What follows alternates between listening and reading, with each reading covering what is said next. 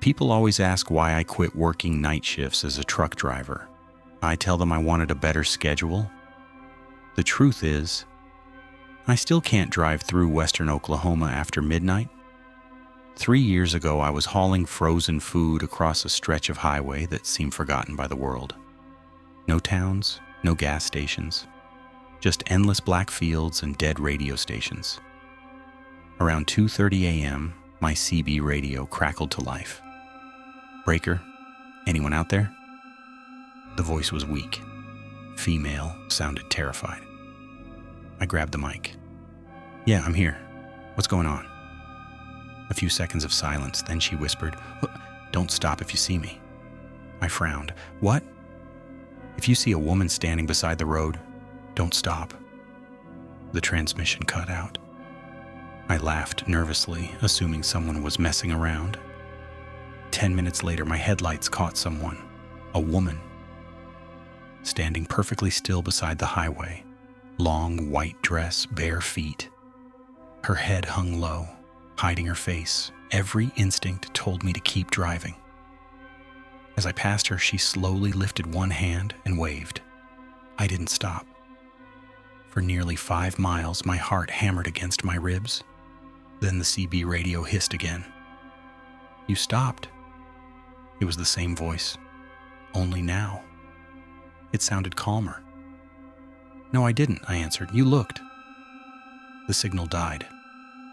A cold sweat spread across my neck. There was no way she could know I'd even seen the woman. I tried changing channels. Nothing but static. Then every speaker inside the truck exploded with a deafening screech. One sentence came through. "She's inside with you." I slammed on the brakes. The trailer fishtailed as I jumped out with a flashlight. I searched every compartment. Nothing. After convincing myself it was exhaustion, I climbed back inside. The passenger seat was wet, as if someone had just been sitting there. The air smelled like muddy water. I drove faster. The nearest truck stop was still 40 minutes away. Then I noticed something in the rear view mirror. Someone was sitting on the bunk bed behind my seat. Just a silhouette. Motionless. Watching me. I spun around. Nothing. When I looked back at the mirror, it was closer. Now I could make out pale hands, folded neatly in its lap. I refused to turn around again. I kept my eyes on the road. The mirror slowly filled with her face, gray skin, sunken eyes, a smile far too wide to be human. Then she leaned toward my ear, but in the mirror, her mouth never moved. Instead, the CB radio spoke. "You should have stopped." Every light inside the cab went out. The engine died. The truck rolled silently through complete darkness. When the emergency lights finally flickered back on, the road ahead was empty. No woman, no traffic, no sound, just fog. Then my dashboard clock blinked. 2:30 a.m. Again. I looked at my GPS. It showed I hadn't moved in over an hour, but the fuel gauge said I'd driven another 70 miles. When I finally reached a truck stop at sunrise, the manager stared at my trailer. He asked quietly, "Where'd you pick up all that mud?"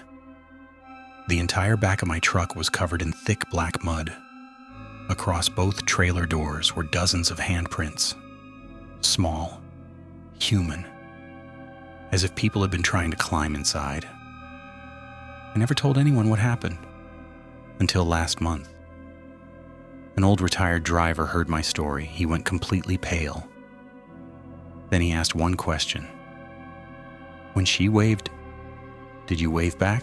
I said no. He sighed with relief. Then he whispered, "My brother did." I asked what happened to him. The old man stared out the window for a long time before answering. "He made it home." He paused. "But according to his wife, he never came inside."